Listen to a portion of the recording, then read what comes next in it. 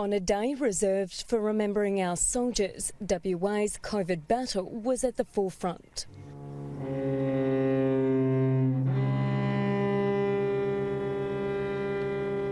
Dawn services with a difference were conducted in Perth. Driveways became memorials and masks mandatory accessories as locals in lockdown remembered those who served. It makes me feel very honoured to live in a place where everyone makes the effort to do exactly what we're doing today. So, yeah, I think it's amazing to have such community spirit, and especially in a time when the community is certainly feeling a bit of pressure.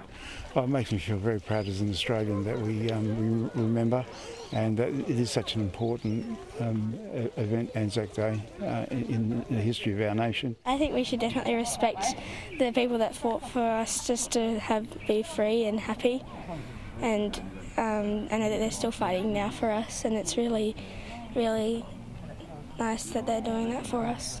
Thousands also attended COVID testing clinics on Anzac Day as the list of exposure sites grew, now including a Lansdale childcare centre. But people who visited there are allowed to attend a special clinic. We're expecting around about 200 people to go there, around about 70 families and staff. Now, the reason why we've established a specific clinic there is obviously we'll need to test all those children, so we'll have special paediatric swabbers at that particular clinic just to make sure that we can give them the maximum convenience, but also make sure that it's done with the maximum amount of comfort.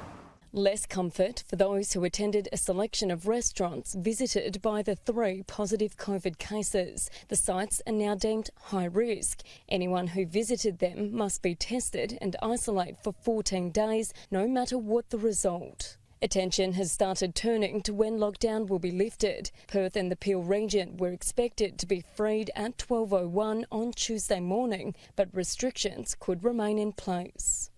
We have to be cautious. We're not going to make a move which will elevate the risk to the WA public. Our number one priority is to keep Western Australians safe. So we won't be opening up if we think that there's any potentiality for further outbreak. Right now, it's too early to predict what will happen come Tuesday. We need to see more testing completed.